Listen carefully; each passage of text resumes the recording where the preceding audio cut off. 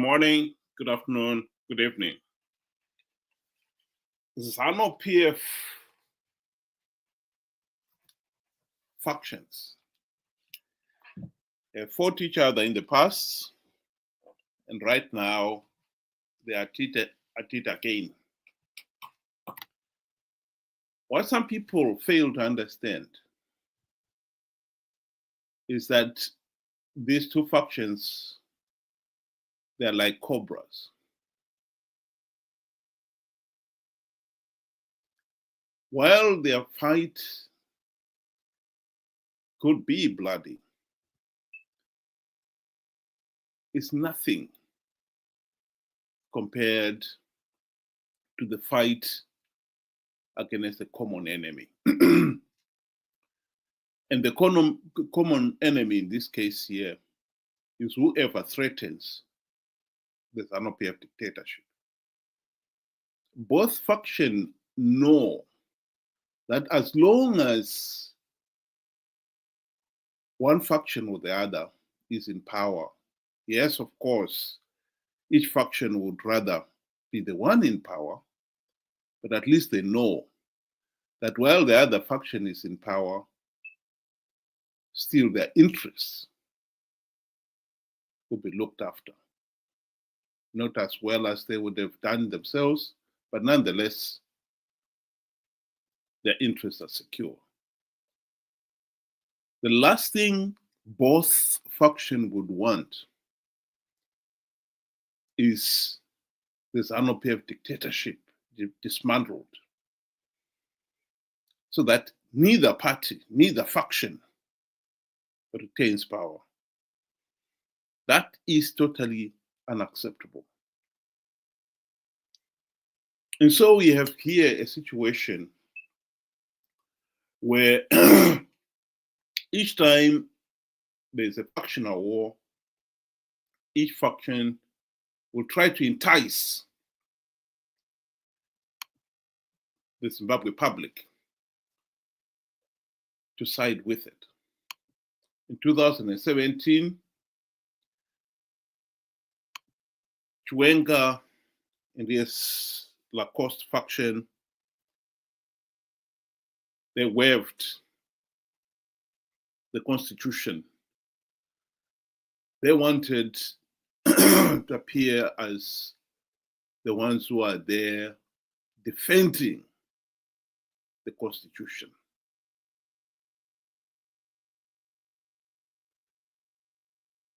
Of course, they are the ones who had kept Mugabe in power for 37 years.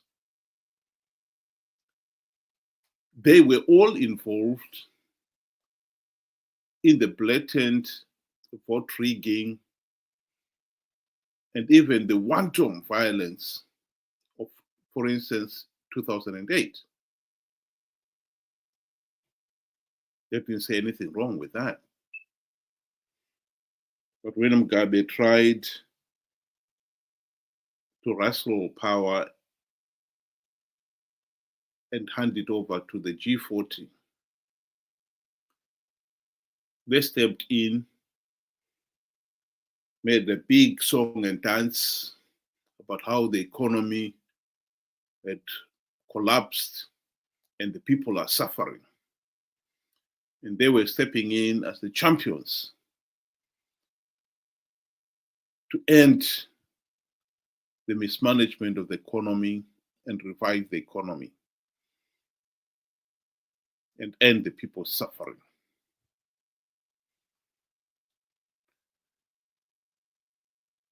The people of Zimbabwe, after 37 years of the Mugabe dictatorship, you can well imagine that they were desperate to end the Mugabe dictatorship. And so they welcomed the military coup as a way of ending the dictatorship.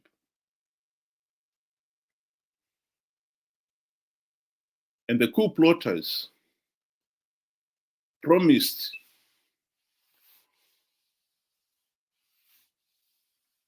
Morgan Tsvangirai and his MDC friends that they would have a new government of national unity which will implement the democratic reforms.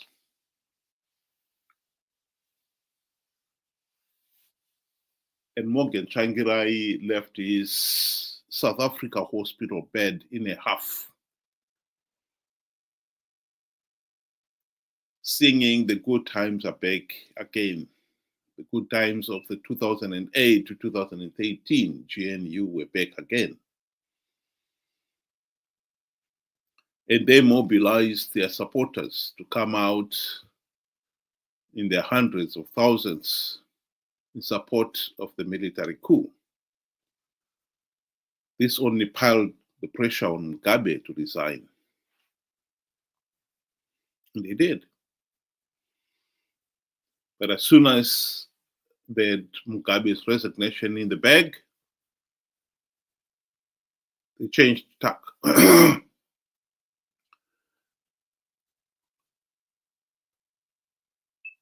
They were told in no uncertain terms that there will be no GNU.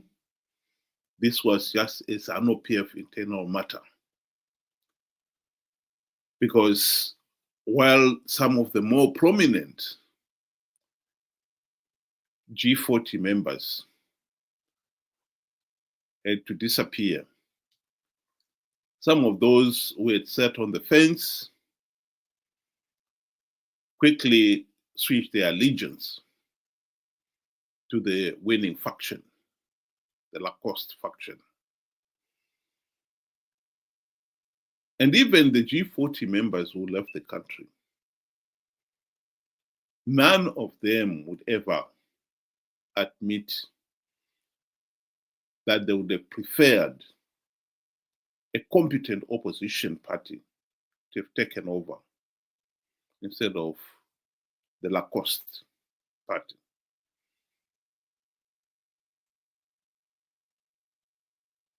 More so those G40 supporters who stayed in the country. Yes, they did not retain, some of them, their more influential positions in the party, but nonetheless, they managed to keep a lot of their looted wealth, farms, and still wield a lot of political influence. So the point is, as much as the G40 and Lacoste were fighting each other, neither of them were serious about forming a government of national unity that would have implemented the democratic reforms to end the Zanu PF dictatorship. Neither of them would have wanted that. They played along to make sure that they entice the opposition to join them. History has got a habit of repeating itself. Recently, we have seen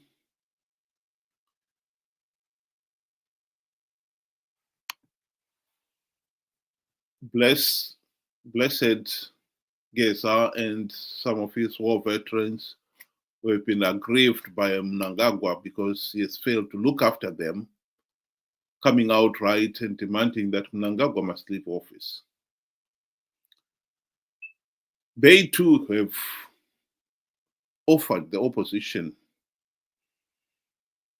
some inducement why they should join the Geza faction. The number one obvious inducement was that they were fighting to stop Mnangagwa corrupting the country's constitution to allow him to stay in power until 2030. I think last week we saw Mnangagwa come out right in saying he was not going to do it. And the reason for it is actually obvious. He was staying on until 2030 under the pretext that he was, since he took over from Mugabe, he had revived Zimbabwe's economic fortunes. The country was a failed state, and many people were living in abject poverty when he took over in 2017, but he had turned things around, and he was promising Vision 2030, which was basically that Zimbabwe will become an upper middle income nation in 5 years from now. But the reality on the ground has been speaking volumes, underlying the very fact that that was just another big lie. It was never going to happen.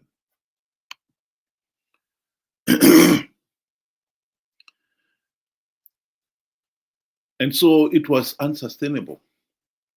He could not sustain the argument that he had revived the Zimbabwe economic fortune. If anything at all, the economic meltdown has continued, even worse now than ever before.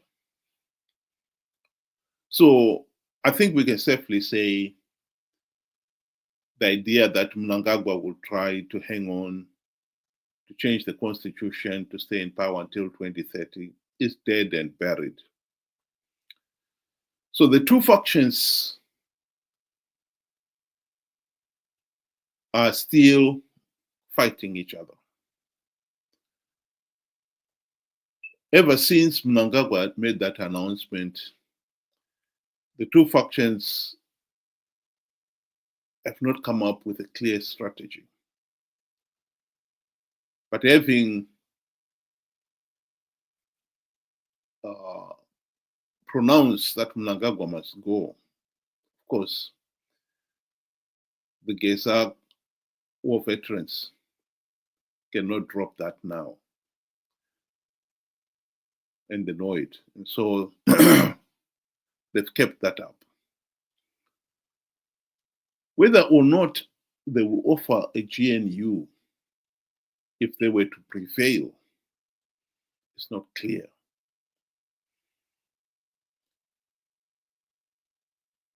But what they do want to emphasize is that Zimbabwe will be different. This is just wishful thinking. Because if you ask them, why should it be different? They cannot tell you. But what I would like to emphasize to people of Zimbabwe is that as much as Geza and his fellow war veterans would like Mnangagwa to go, they would not want the power that the war veterans and Zanu PF members have wielded these last 45 years to go. In other words, neither the Mnangagwa faction nor the Chiwenga faction would ever want the Zanu PF dictatorship to be dismantled. These are the two cobras. They're just fighting for dominance. As much as they have the poison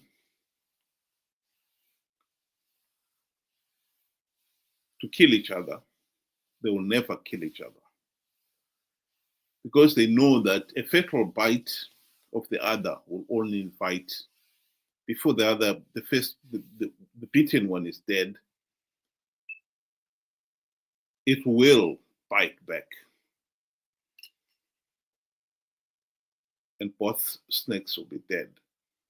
Both factions will be dead.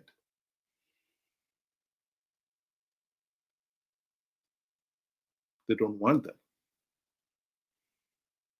Neither Mnangagwa faction nor Chiwenga faction will ever implement the democratic reforms to dismantle the Zanu PF dictatorship.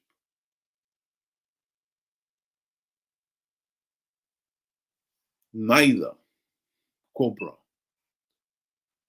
will deliver a fatal bite when the two snakes are fighting. Never. Because they both know that it is not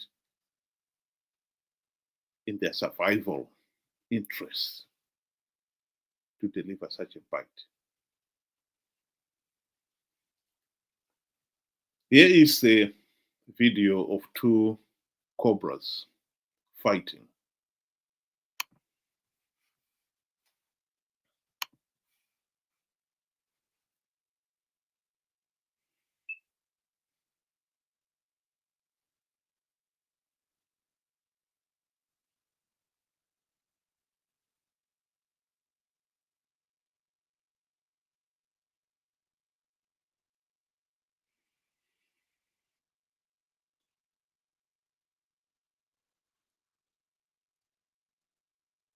All the two serpents are doing is carrying out a wrestling match, trying to push the other one's head to the ground and assume the dominance. In the case of cobras, apparently the poison has no effect. But even if it did, they would never bite each other. Like I said, they will know that if they did, before the other one is dead, it will bite back. Zanu PF will never implement democratic reforms to dismantle the Zanu PF dictatorship. This is the reality the people of Zimbabwe should accept. As much as each party would want to convince the people of Zimbabwe that that is what they want, the truth of the matter is they don't want it. They will never, ever implement democratic reforms to end the Zanu PF dictatorship. That is the reality that the people of Zimbabwe must accept and deal with. We do not want to swap one dictator for another. We want an end to the dictatorship. As long as we have got the dictatorship, we will have a dictator. And Zanu PF knows that as long as there is the dictatorship and Zanu PF is in power, even the losing faction, their interests will be looked after. That's why it is not in either party's interest, either faction's interest, to reform and dismantle this Zanu PF dictatorship. We have had a lot of niceties spoken by both parties about Zanu and that they will bring about meaningful change. The truth of the matter is they will never bring up any meaningful change. And I think it's high time people in Zimbabwe wise up. After 45 years of Zanu PF rigging the elections, Zanu PF will never, I repeat, Zanu PF will never want to give up power. Zanu PF will never reform itself out of office.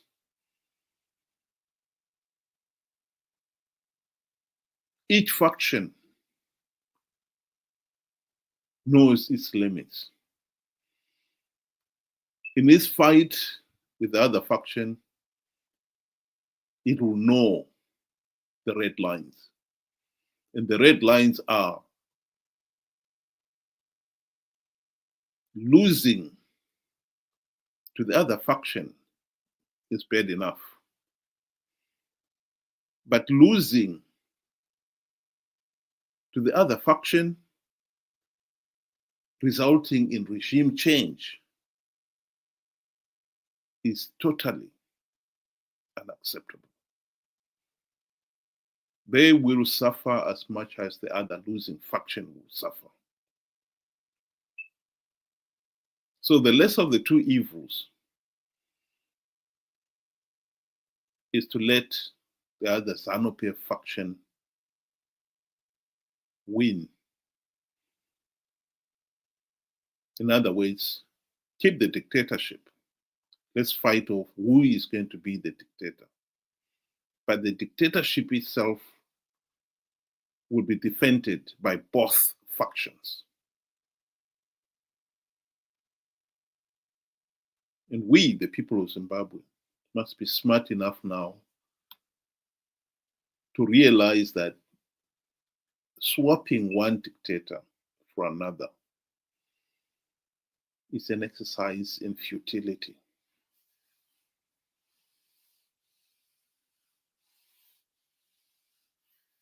Thank you very much. Have a good night.